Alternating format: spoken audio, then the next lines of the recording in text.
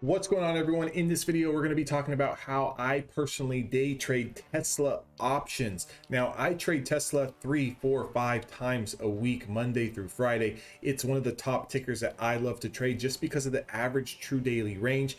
The amount of points that Tesla moves up and down, I only need to capture 1.5, 2 points max, and I'm very, very good. Another stock that I do like to trade is NVIDIA. I'll make a trading video on that, but the strategy is going to be the same. So for day trading, what I'm going to start off using, right? I'm going to come into the day with a little bit of a directional bias, meaning that I'm going to start off looking at the daily time frame. Do I really want to get long? Do I want to get short? Have a little bit of that bias. Then I'm going to watch like the first 30 minutes going into the market open of pre-market, and then I'm going to allow 30 minutes of the market to kind of let the dust settle.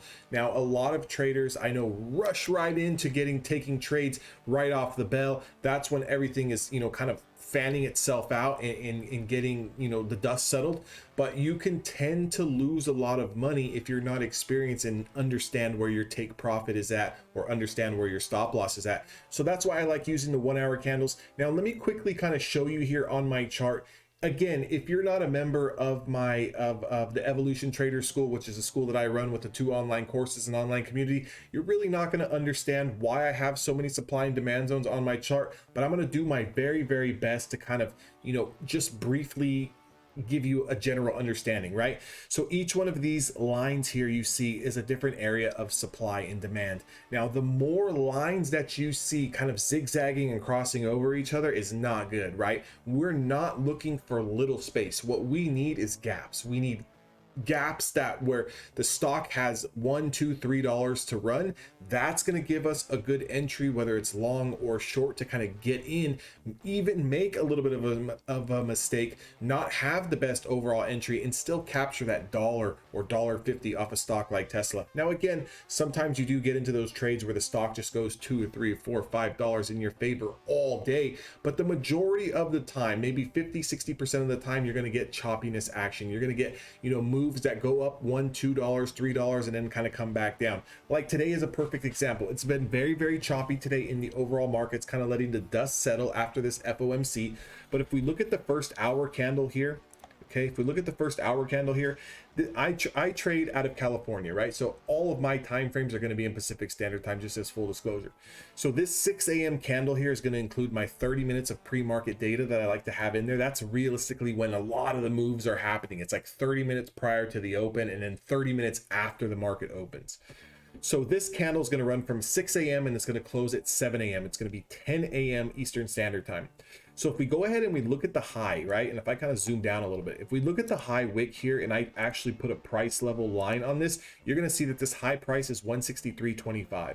Now, let's say, for example, Tesla's price action does confirm the opening range. How much room do we have before we're actually going to touch the next supply zone? So if we look up above, we can see the Bollinger Band sitting up here.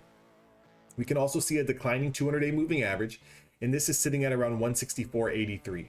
So that's about $1.50 worth of room to the upside. For me personally, as an option scalper, I play 10 options contracts anytime I'm going long or short on Tesla. So a $1 move on a $1.25, $1.50 potential is perfect. Even if I only take 60 or 70 cents, but that move comes in a matter of 5-10 minutes, those options contracts are going to move very, very quickly. I'm going to be able to start scaling out of them very, very fast and locking in those profits.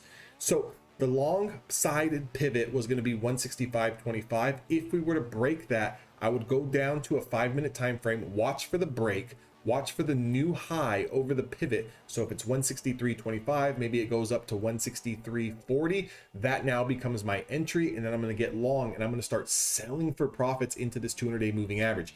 Being that we never confirmed there was no trade to the long side, if we look down below here, we can see some support sitting here at the 150-day simple moving average, as well as this linear regression channel here. This low price of the opening range was sitting at 161. Below 161, we had room down here to the next demand zone, which was the 100 simple moving average. So 161 all the way down to a price of 160, we're looking at around $1 worth of room, 80 cents, 90 cents, $1, before I know that I need to start selling. Now, if we do break down this demand zone, the next area that we can come down to is a lower Bollinger Band, and that price is sitting at 159.50s. So I know that there's about $1.50 room to the top side, $1.50 room to the downside.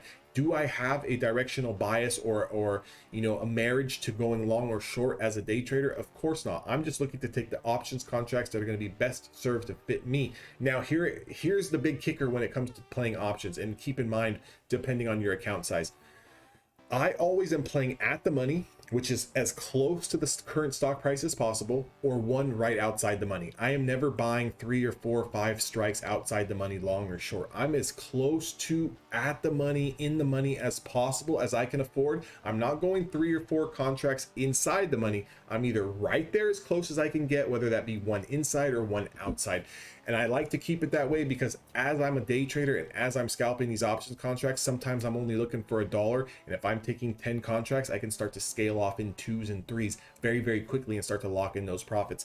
So again, I'm only looking for $1, only looking for $1.50. And again, I'll sell down to around 20% left, meaning that I'll get down to around 2 contracts of my 10, hold those as a potential runner, because sometimes these contracts do decide to go all day. But like today, you can see we came down to the first level of demand. You want to be selling into this level of demand, locking in those profits, making sure you keep your stop loss at break even on those remaining contracts. So now it becomes a free trade, because as you can see here, we did start to crack below this demand zone and came right down to this Bollinger Band. That's how you can capture a little bit of more money out of your original trade, by holding on to those runners. Again, this is just a brief overview of how I trade Tesla options, but if you guys want more information, definitely join the Discord. That link is down in the description box below, or sign up at evolutiontraders.com, and you're going to get access to my 2 video courses, along with one-on-one mentorship, one-on-one coaching with me, where you're going to get access to the online community completely for life for free. You're going to get access to the video courses, which is over 4 or 5 hours worth of video content, as well as live Zoom calls, as well as live technical analysis intraday, 5 days a week. I will see you guys on the inside. Again, have a very blessed day. I hope you guys all made a lot of money trading today. If you did trade Tesla, or you have started to trade Tesla, let me know down in the comment section below. I'd love to hear from you, and I'll see you guys all next time.